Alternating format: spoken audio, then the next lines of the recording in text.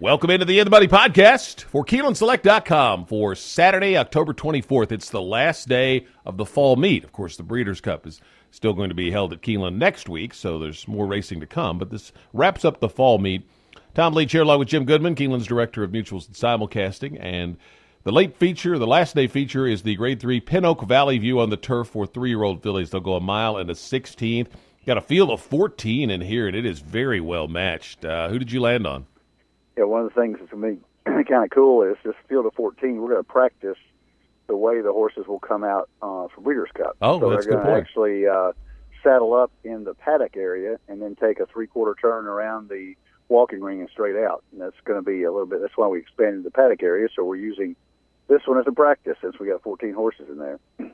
I like Sunset Glow in here, a lot of back class, and dropping down in class from grade 1s and grade 2s for Wesley Ward.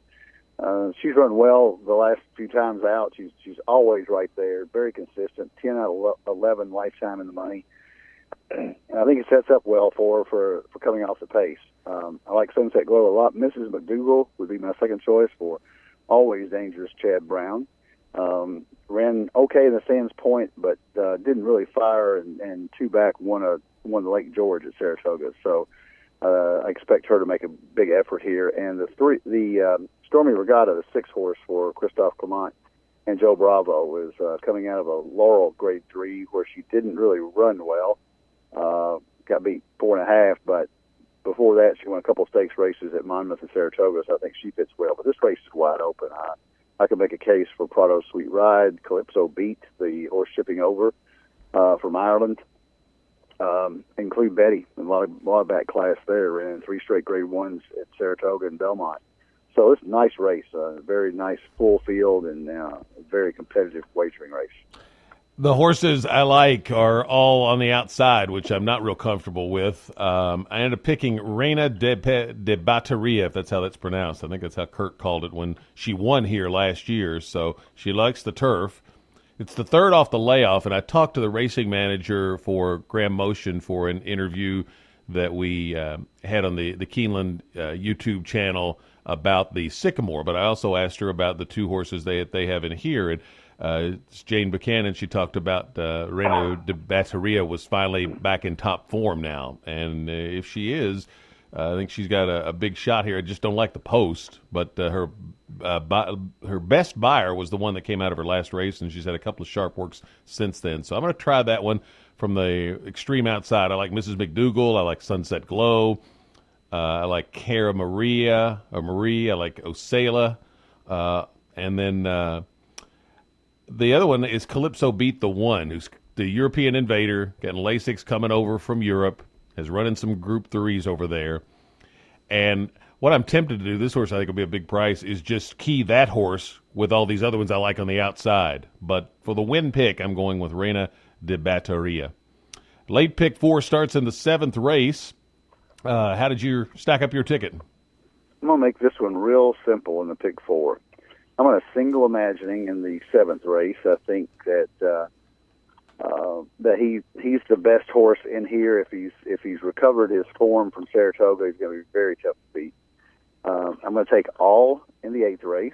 I'm going to single Sunset Glow, the 10-horse, in the 9th race, with All in the last race. So single, All, single, All. This is a tough one for me to narrow down, so I'm just going to take one stand right at the end. I'm going to take 5 horses in the first leg. Margano's my pick, but I'm going to use the 3, 7, 8, 1, 2 in the pick 4. Tiger Moth was my pick in the 8th, but that's the 8, but I'm also going to use the 1, 5, 6, 3. In the 9th race, I'm going to use Rianha De Bateria, Sunset Glow, Mrs. McDougal, and probably we'll throw in Calypso Beat. And then I'm just going to single I'm Better Than Good in the last race, the 7-horse. Good race over the track and has run well here. I don't think it's not one I would normally single, but just to keep the ticket affordable. If you can afford more, the next one I'd probably go to would be Trey Castle, the 6, and then maybe the 3. But for the purposes of this ticket, I'm going to stick with the single on the 7 to keep the ticket affordable. Jim, what special things folks need to know for next week for Breeders' Cup as far as wagering and the Red Miles in play down there, et cetera?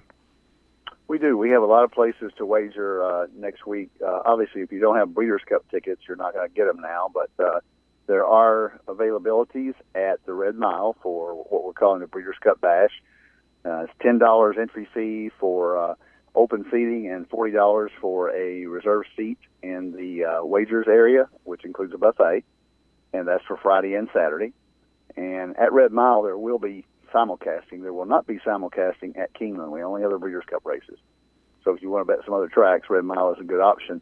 The Thoroughbred Center will also be open for wagering as a walk-up wagering area, and the horse park has kind of a unique situation with 5 drive-through windows and 3 manned windows. They have the big horse show out there, so we're working with the horse park to provide wagering not only for their customers, but for anybody who wants to go to the horse park and wager. So we do have some options. The Breeders' Cup is completely sold out, but there are some options around town if you can make your way to the Red Mile, the Thoroughbred Center, or the horse park. And you always have Keeneland Select, so keep that account funded so you can get some last-minute plays in there if you need them.